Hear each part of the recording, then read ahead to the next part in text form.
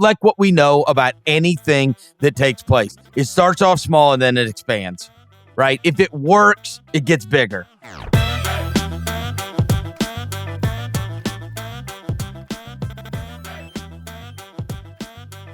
All the games went down the other night trying to keep up with, I told you I was done trying to keep up with the spreadsheet as it was all playing out. You've got the Celtics hack-a-shacking Andre Drummond up by like 30 points and Joe Mazzulla like walking down and explaining to Billy Donovan like, hey, I'm not a dick. These are kind of the rules and here's why we're doing this and whatever. And it's like, I mean, I would have just been like, dude, you're a dick. Come on. Like my team stinks.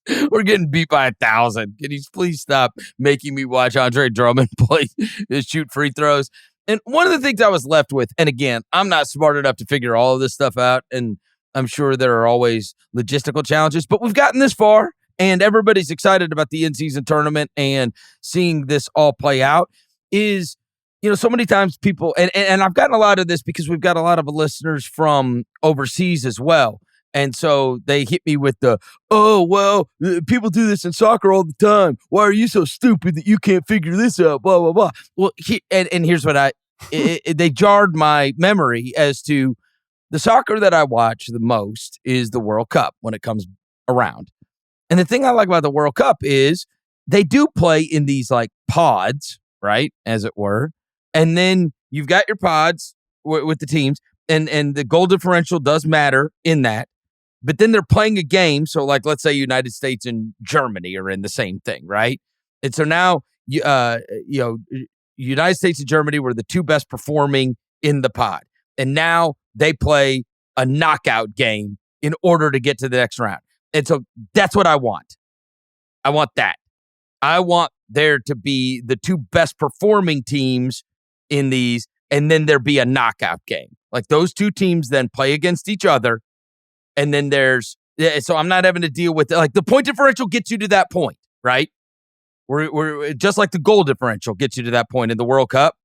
And surely we can figure this out because I'm for more of the, NCAA tournament type, win and you're in type of thing. And I think this would be an easy thing to pull off. We're playing out the pods the same way and the point differential does matter in the same way. But then when we extract the two best performers from that pod, now they're playing a knockout game, and that's how you advance.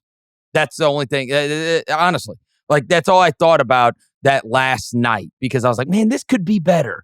Just how you get there and making that easier to figure out how you get there than trying to figure out the point differential and who's playing when and everything as we're playing it out. But it's the first go round. This is all going to be tweaked. And I think to your point, one thing that the NBA should think about along the same lines is how do you, in terms of the same lines of how do you make it more understandable to a fan who's a casual, right? Yeah. So, someone who's just, vaguely paying attention, not hardcore NBA fan who's one of our amazing Spotify Wrapped listeners, like somebody like that. Appreciate seeing all those on social media the last couple of days.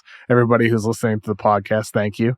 But like besides the hardcore people who love the NBA, how do you make it more digestible? I think one of the ways to do it is also just like block out the 3 weeks of the schedule. Say these are the 3 weeks that every game is a tournament game. Every game is a tournament game. And like that makes it simple that's the block of the season where it's all counts towards the tournament instead of just Tuesdays and Fridays, where those are the only tournament days. And then it's like kind of a little bit confusing sometimes for people, I'm sure. So I would prefer to see that next season where it is kind of a bit clearer aside from the courts and the jerseys being different and some of the graphics on screen. And this has worked for a first go round for sure. It's going to be super cool for it to be out in Vegas next week. And like what we know about anything that takes place, it starts off small and then it expands, right? If it works, it gets bigger. What's really going to count is next week, because that's the knockout round. Like we get the home games on Monday and Tuesday. On Monday, we have Celtics at Pacers, Pelicans at Kings. On Tuesday, Knicks at Bucks, Suns at Lakers. So those games are going to be, I would hope, high intensity. And then you get the Vegas games. The knockout round, as I think where things could get very, very interesting. I was texting and did some calls this week with people around the league like, hey, do you think like minutes are going to change for these guys? And mixed opinions so far. Like a lot of people don't think that the teams are going to treat it as any more than like a big regular season game in terms of rotations and minutes. But then you have others that you talk to around the league who are like, yeah, I think you'll see coaches trimmed to like an 8-man playoff rotation and starters will play more. So it's very split with the people I've talked to around the league. But the one thing that is on my mind with some of those teams playing next week, though, is you look at all of them up and down the line, all of them really have something to prove.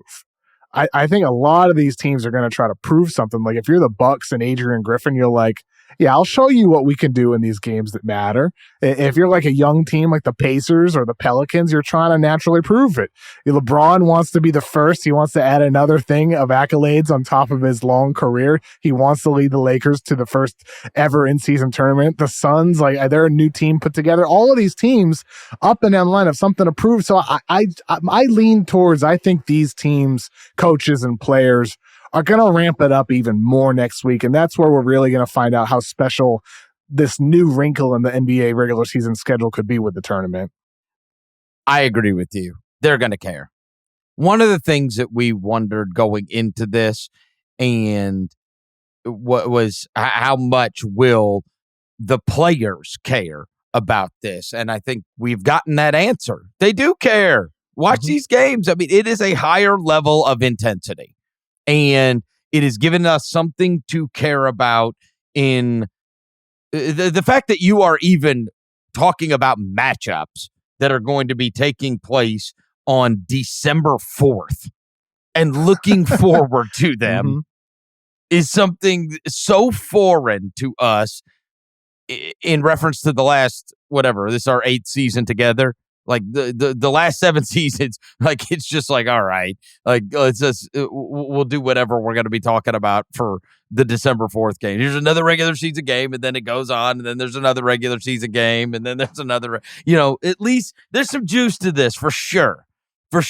And I also think that having it in a venue, once it gets there, once we get past this, that having it at a venue, but I think that the fans in those markets are going to care a lot, right? Like if I weren't planning, you're probably going, if you're in Indiana, you're probably going to a Celtics game anyway.